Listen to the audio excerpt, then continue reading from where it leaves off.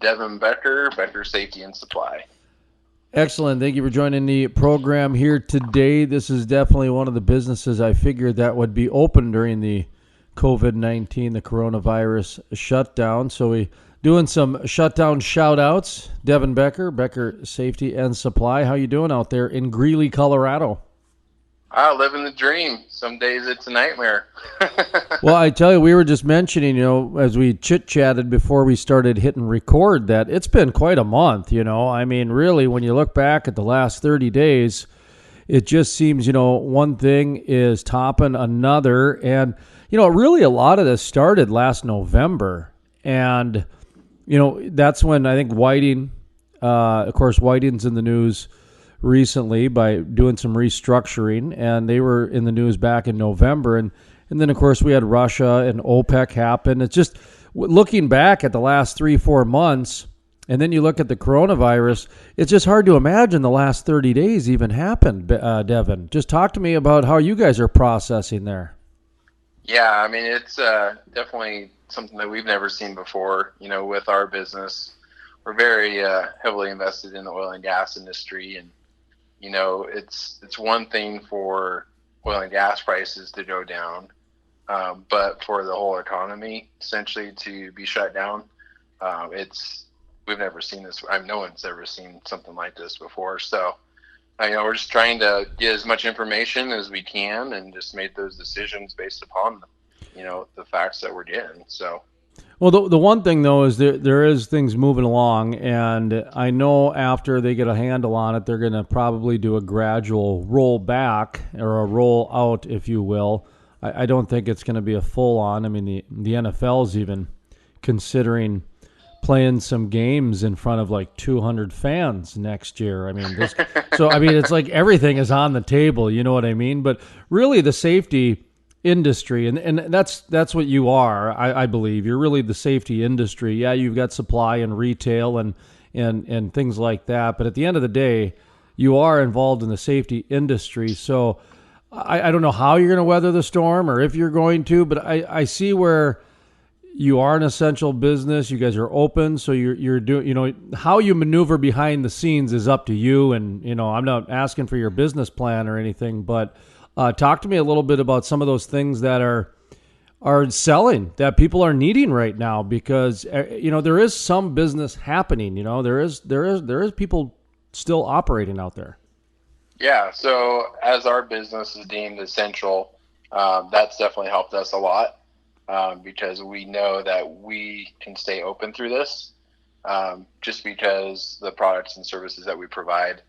And we've been inundated in the last couple of weeks, obviously, for N95 masks and disposable suits and disposable gloves and sanitizers. A lot of the JanSan stuff, we've been seeing an increase in that as well.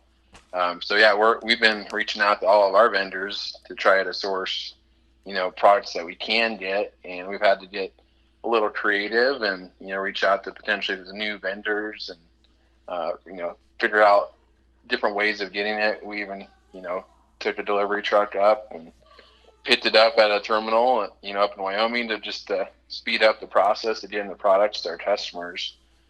So, it's kind of a weird time, but, with our business, safety is the head to toe kind of idea that we try to emphasize. So, with a virus, it's completely different than fall protection. But I was going to say it's really interesting, the different veins or the different subcategories or the niches when it comes to just safety. I mean, the media has it, and everybody has it within their own. But to see one of them out in the public, like safety, where we were talking about hand sanitizers before we went on the air. Would you ever have thought a year ago that there'd be a day and age where you'd be ordering that stuff by the barrels and that sort of thing? I mean, just some of the things that are involved with safety, I guess you just take for granted or overlook from time to time. Exactly, yeah. I mean, even you talk about last year, I would never have thought this would ever happen. But even last month, we saw something coming, but we didn't know what extent. that would be. And then obviously Colorado followed suit with the other states of shutting down stay-at-home orders. So, we've had to scramble, for our team too. It's not only just the products, but also dealing with taking care of our team through this, making sure that they are taken care of, and, that they're honestly having to homeschool their kids and come to work, or, do homeschooling after work. And so it's just been a full circle thing, of trying to deal with this in our perspective, just really taking care of our customers, taking care of our team and our vendors. It's been a lot of communication back and forth amongst the team. I laugh a little bit because my son's downstairs as we speak. I posted on social media the other day jokingly that I'm a teacher because I had to help out with some classwork. I'm an SRO officer. I had to break up a midday game of Fortnite with a bunch of buddies that didn't have E-Hall passes.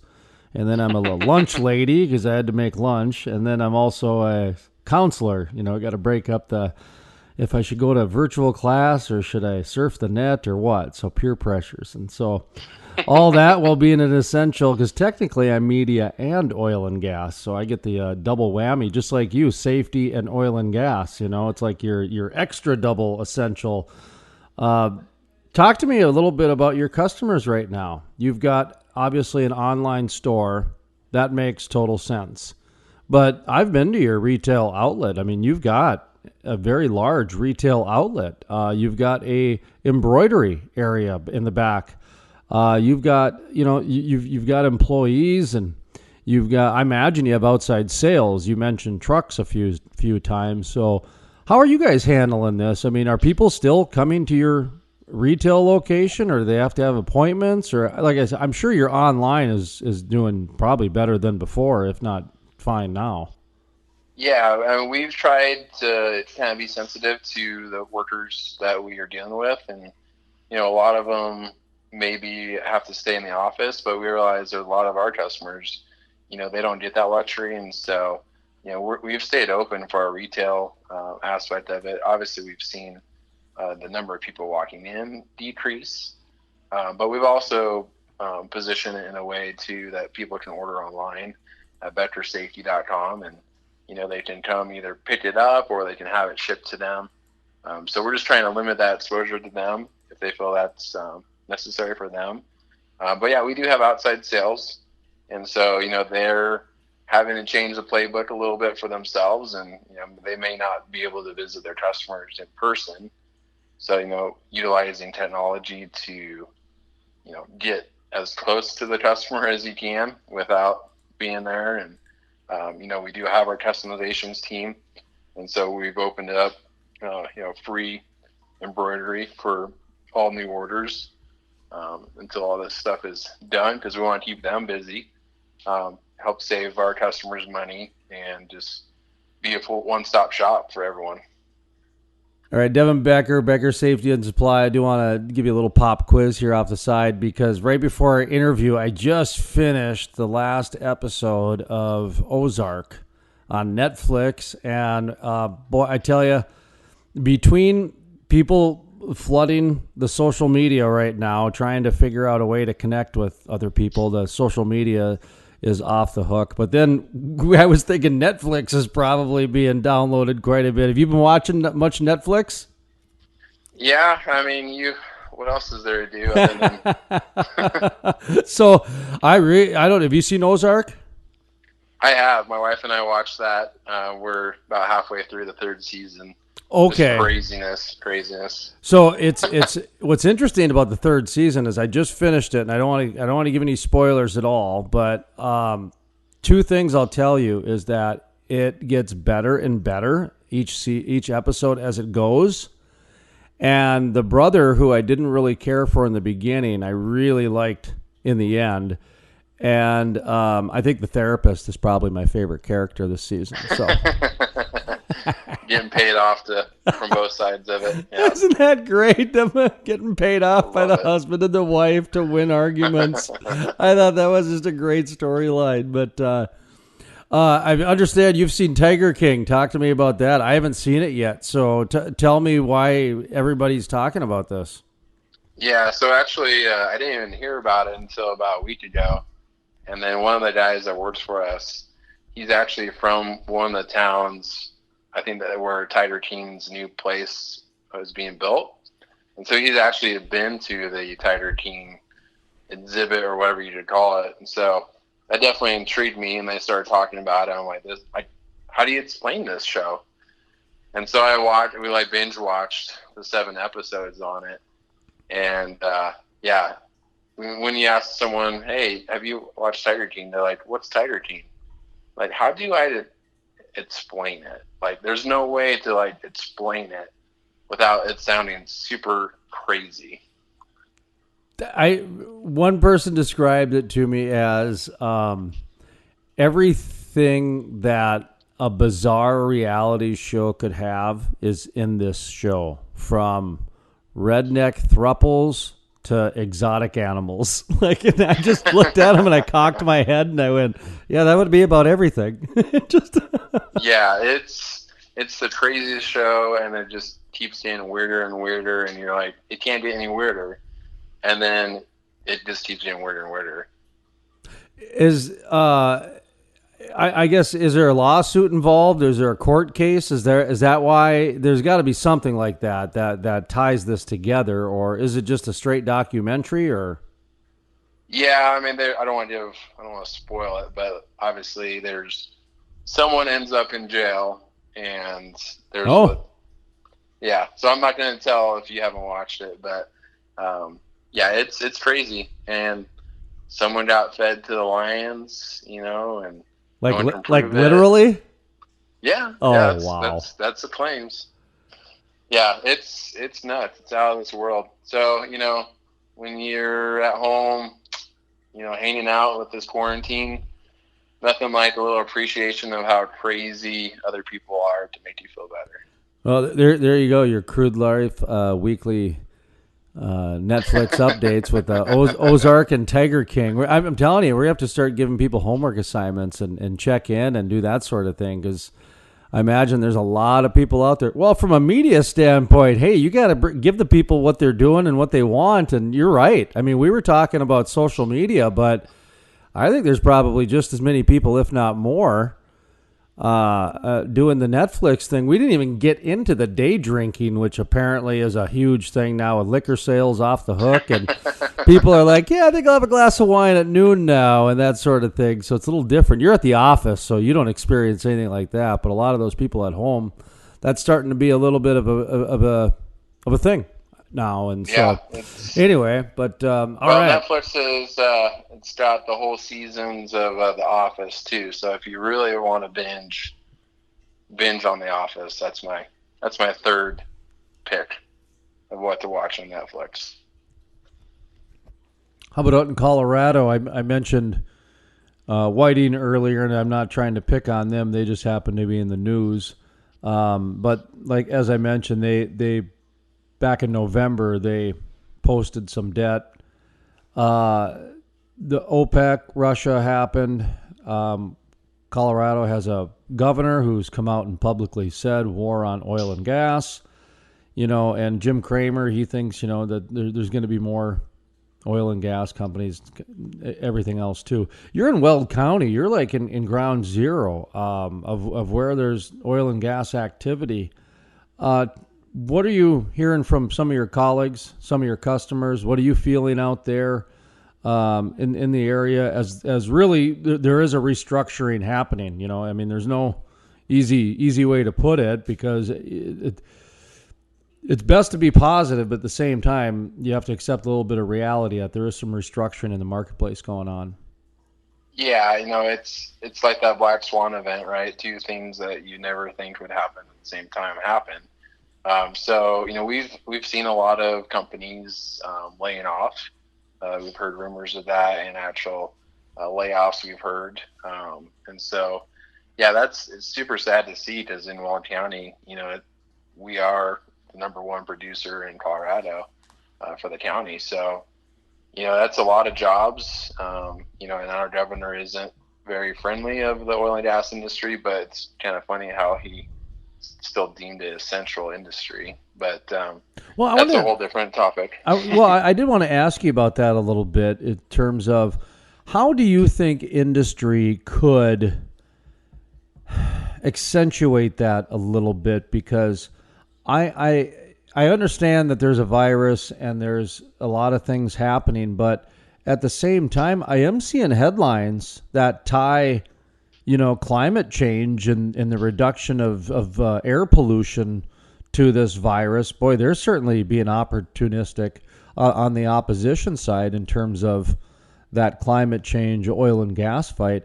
It just seems that from a journalistic standpoint, that a newspaper or a television station or even a radio station would have picked up on that story, that a governor who actively has said war on oil and gas just deemed it essential, critical. I think it was number 2 after hospitals.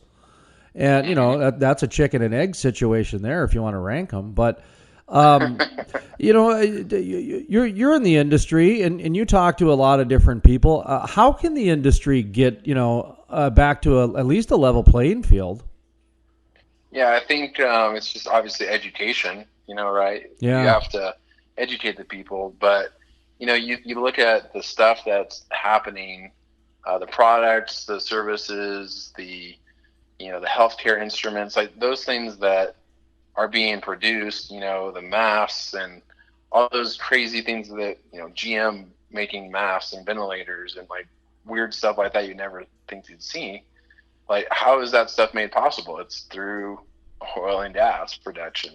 Well, there's a question for you, and you can just even repeat the same stuff you just said, but the question is, in your mind, from the diesel to the masks to the hazmat suits, whatever. Explain a little bit how you see the oil and gas industry healing and helping out there with this coronavirus. Yeah, I mean, obviously the demand for gas and diesel, probably will go down because people are not traveling as much because of this thing. But you look at all the products and stuff that it's taking to fight this virus, it wouldn't have been possible without oil and gas. And so I think educating people of what it's taking to take on this virus, and the ventilators and the disinfectants and, sanitizers and, things like that, and the PPE that these people are wearing as a defense to this virus, like without oil and gas, I mean, you can't make it with wind power, and so I think it's educating and figuring out how to present that to everyone in a way that educates them and also enlightens them.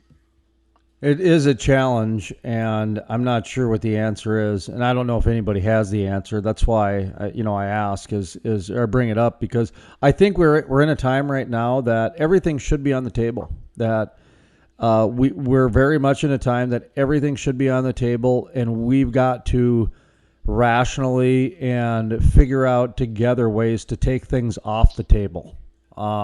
Because I'm seeing some weird things in the headlines and everything else, and I'm trying not to judge it right now because we are in very unprecedented times. It's funny when you listen to people talk about, the COVID-19 and the coronavirus when it comes to the economy. People forget that the oil and gas industry, this was happening beforehand. They got a 1-2 supply punch, a shock with the demand and a shock with the supply at the same time. Unprecedented, really. You mentioned the double black swan. I think you said something along those lines. So it's a time, like I said, everything should be on the table, and we should rationally talk about things that we don't like, take it off instead of getting mad and judgmental and that sort of thing. But good to hear. I don't think. Oh, go ahead. Yeah, I don't think this is the time to really do that. Like, I think everyone needs to focus on, getting back to work, getting the economy going, making sure this virus is,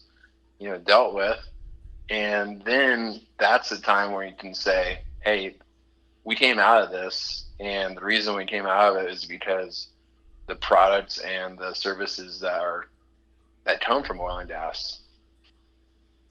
It'd be nice to be able to have some direction along the way, because it seems to me that it's become very clear that the industry is needed, and so and that's why it was nice to see that Jared Polis, the governor in Colorado, at least had it in his letter and official and everything like that, because there is a time for politics and there's a time for not, and this was a good time for not. And you are one of those essential businesses.